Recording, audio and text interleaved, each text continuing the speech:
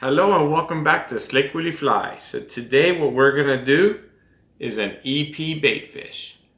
And this EP baitfish I've tied, I like tying them in different sizes. These are actually quite small. These are on a size 2 stainless steel Mustad hook, red eye, yellow eye, but basically they're the same fly. They're actually, it's a type of EP. This is a product that I'm using. It's right here. This is what I'm using. And it's an EP that has built-in crystal flash. I love this stuff. And it's actually called Crystal Flesh. And this is a product that I can buy in my local fly shop, but I'm sure that you can get this online. And the colors I'm using Perch, which is my olive. I'm using white. And I'm also using it's called Glass Minow, which is a little bit more tan than white. It'll be the last bottom piece that I use. And really, you don't need a lot. It's you'd be surprised how sparse a piece you need. I mean, that's plenty right there. I'm gonna go ahead and cut this off. I've got a bunch pre-cut, but I need that piece. So what am I going to start with? I'm going to start with a little bit of lead thread. And I don't really count wraps, but let's say 10 or 12 wraps. Let's count them. So 1, 2, 3, 4, 5, 6, 7, 8, 9, 10, 11, 12. 12 wraps. There you go. Now you know. I don't really count lead wraps. But what I do like to do is I do like to put a little bit of super glue so that this never moves. You don't need very much at all. That's plenty. Now while I give that a second to dry, we can talk about this fly real quick and why I love this fly. You know, for me, flies have a criteria. I hope you can see the flash in there. I mean, this just looks awesome. So what are my criteria with flies? Number one, the obvious, it has to get bites. And I say get bites instead of catching fish, because catching fish is often up to the angler. But at least if I'm getting bites, now I have a chance to catch fish. Number two, my flies can't take too long to tie. Because if they're too long or too difficult to tie, then I know I put a lot of effort into them and I won't cast them. So no good. Not for me anyway. And my last criteria is I don't want them to be overly expensive. So that means that I have to use materials that are relatively inexpensive and not too many materials. This is a very simple fly. I have a hook, lead thread. I'm using monofilament thread and basically 2 colors of crystal flesh. That's the entire fly. Oh, a couple of eyeballs. I mean, this is a very inexpensive tie and it's a great little bait fish and it definitely gets bites. So for me, this is my mentality with this fly is inshore, casting up against the mangroves, walking a beach, anywhere where you have inshore saltwater species. That's obviously my first thought, but this fly will also work in a lake, perch, pike, trout. I can definitely see a big trout smashing this thing, but again, I'm mostly tying this with saltwater fish in mind. So my first piece of my first material is going to be white, and it's going to be a bottom. And really, I'm not worried about the length. All I'm worried about is dividing this up between the hook. You could put it all on one side and then use your needle. You could do it that way. It doesn't really matter. I like to make them a little long at this point because I'm going to trim. So a couple of wraps just to make sure that everything is on the bottom of the hook and only the bottom of the hook. And now I can crank. Now I can crank tight. Come on, stay on the bottom of the hook. It's important that it stays on the bottom of the hook. You don't want to mix the colors. And this extra tag we could just cut off. You see, I am not at all worried about the overall length here because I know that I'm going to trim this fly. I'm going to trim and shape. So now I'm going to go ahead and put my olive on top. And again, the whole entire goal here is keeping the olive on top.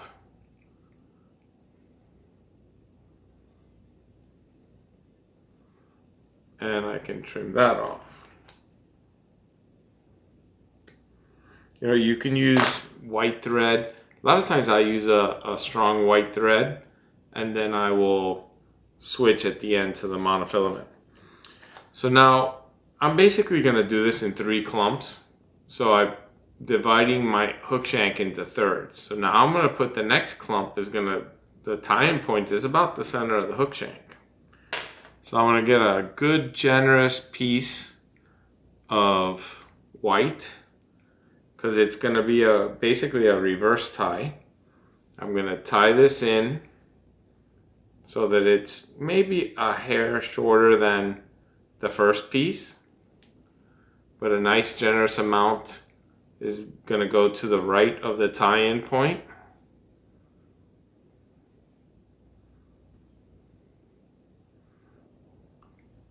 Couple of wraps, making sure it's only on the bottom.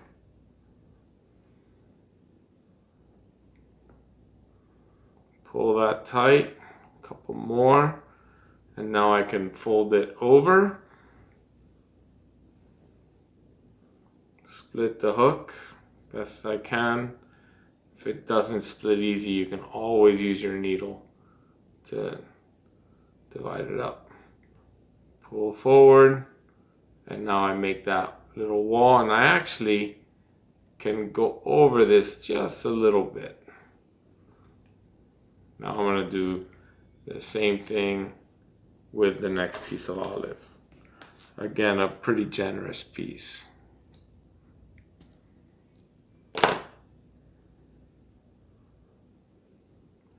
So I don't want it to be as long.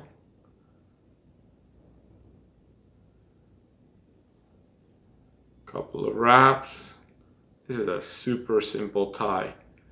The hardest part about this fly is the trimming. Lock it in nice and hard.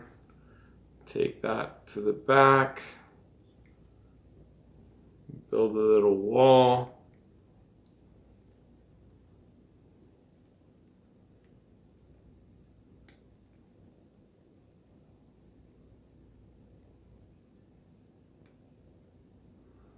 I'm going to bring it forward. Now, I don't go all the way forward because I'm going to make a reverse tie out of this, and I do have to have a little room for the whip finish. So now, my last piece on the bottom is going to be that glass minnow I was telling you about. That isn't exactly as white as the white. It's a little bit more tan, and I just like the way the colors look when I do it this way. Took a second there to divide it up. It'll be easier now before I put this last clump on.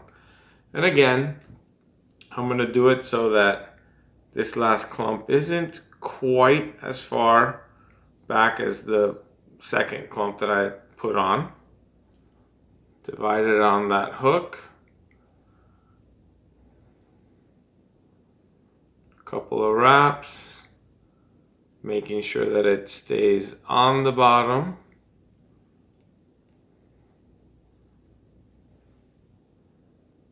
And now I'm going to build that wall in front of it. Now this particular clump, I I don't want to wrap over because I want it to have that baitfish look. So I'm just gonna let that be there so I have a little bit of a bulky head. You'll see why in a second. So now we're gonna do the same with this last clump of the olive color.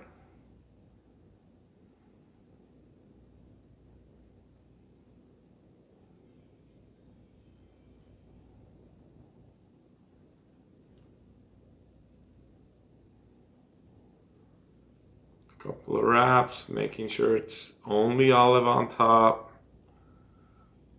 Pull it tight.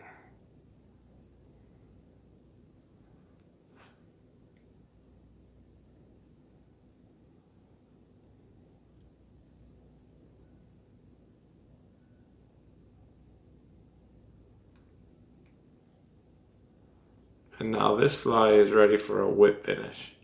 And to make my whip finish go a little easier, I got this little hair clip. It's a little girl's hair clip. Just trying to grab all the material. I could put this hair clip on, just like that.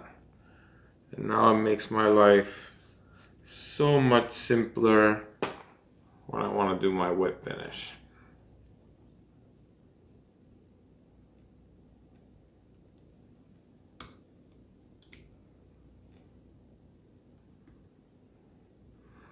So now some people like to trim and then put the eyes on.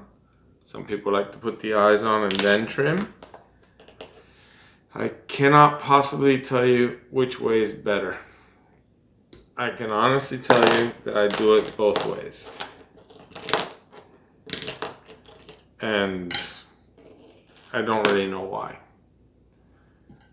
But I find it on this particular fly, sometimes it's a little bit easier to trim a little bit before I put the eyes on.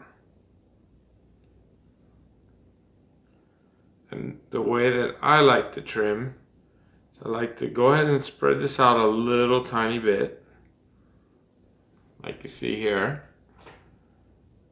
And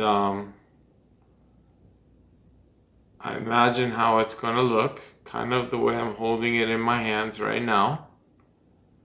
And then I could just start coming in here and trimming. Oftentimes I start with the bottom. I don't know why, I just start with the bottom. And the bottom is a little bit easier because you have the hook. So for this I'm going to take a little bit longer scissor. And I'm gonna, again, just divide it up. It's hard to trim in a way that you can see on the video. Now, I start quite high. Because remember, once you cut it, you can't put it back. So I start quite big, leaving a lot of material. Now I'm going to do the same thing on the opposite side, on the top of this fly.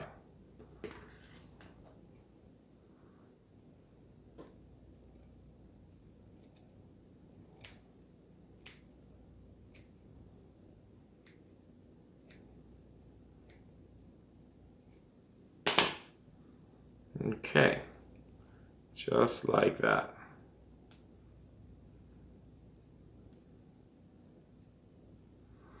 So now, once I have a little beginning of what it's going to look like, now I do want to put my eyes on. And now I have to make a decision. Do I want yellow eyes or red eyes? Decisions, decisions.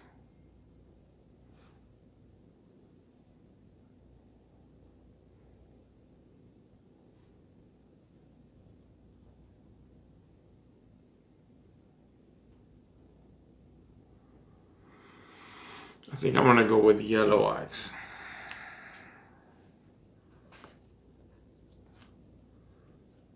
And the only reason I'm going with yellow eyes is because when I'm fishing in Florida, which is where I'm mostly going to use this, I tend to see a lot more yellow eyes.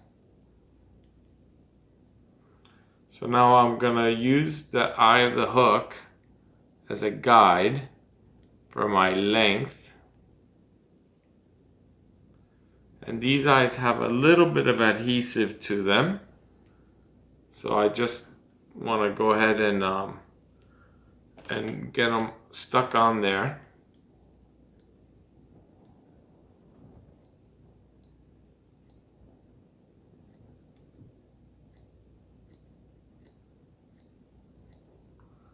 I'm going to use my resin to help shape this a little bit, but it's a little too wild right now.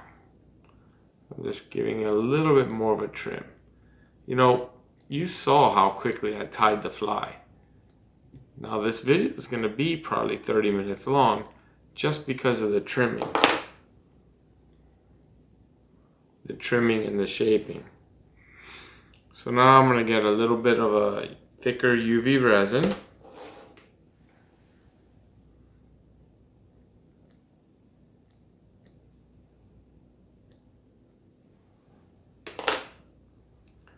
And the first thing I'm going to do is I'm going to go ahead and put a drop right on the eye.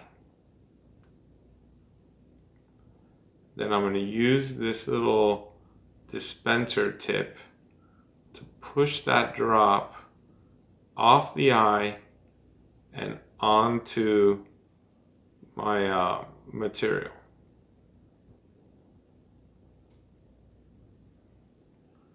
I'm going to flip it over and do the exact same thing.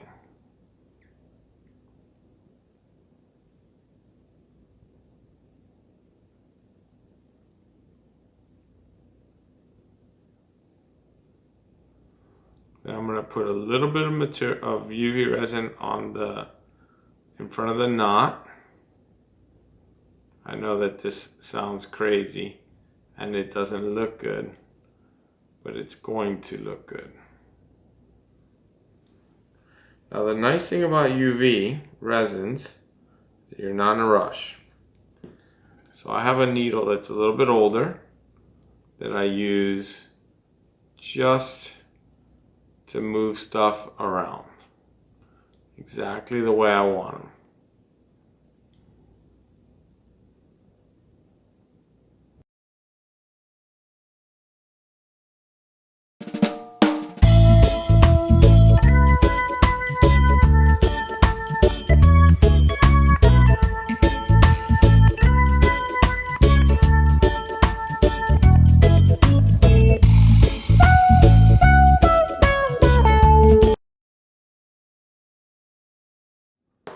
Alright, well now I need to do a little bit more trimming.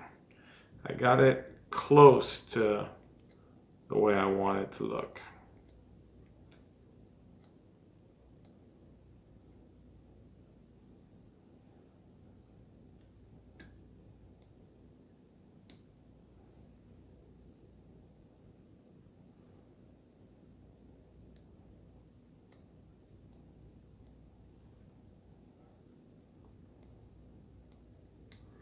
Okay, so once I'm at this point, I like to take it out of the vise. And then again, I'm going to fluff it up a little. And again, I'm going to use my longer scissor. So I have fluffed it up just like before. And again, I'm going to come to the bottom. And what do I personally want? Well, the first thing I want is I'm going to make a cut just under the hook. I want to expose the hook. Then I'm going to come and start making the shape that I like towards the back. Understanding that I need to cut just a little bit at a time, because once I cut, I can't put it back on.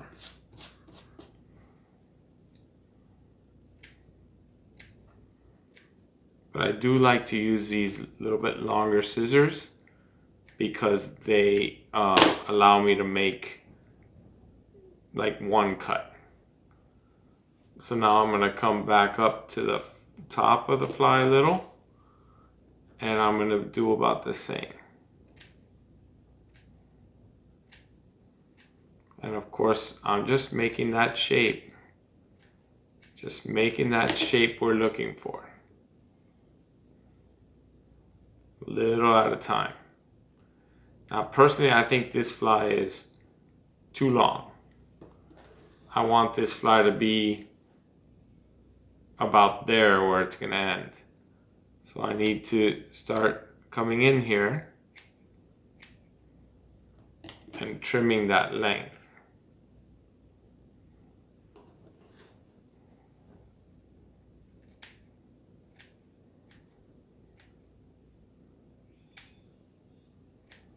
Now we're getting to a length that I like. So now I'm going to switch scissors. They're still kind of a long scissor, but they're not nearly as long. And now I can get in here and really just fine tune this fly.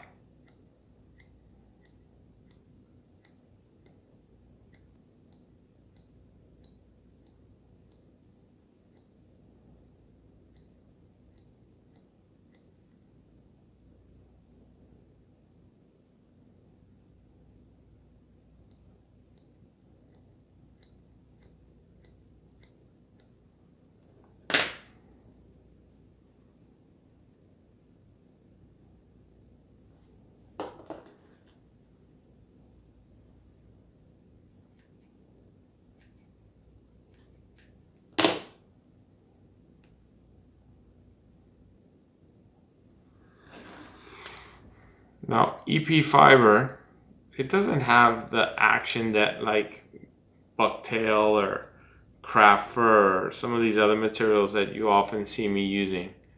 But what it does is this profile, it will keep this profile the whole time.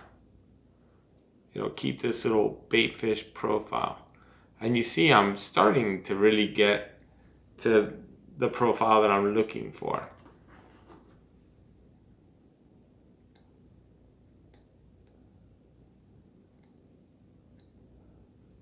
I like to have a little bit less around the hook. I don't want to have any reason for that hook to not set. And really, I think I'm getting really close to having a fly that I'm happy with here.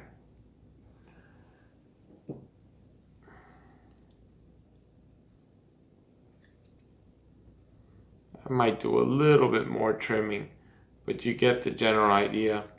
And you see that I'm a little trimming up in here.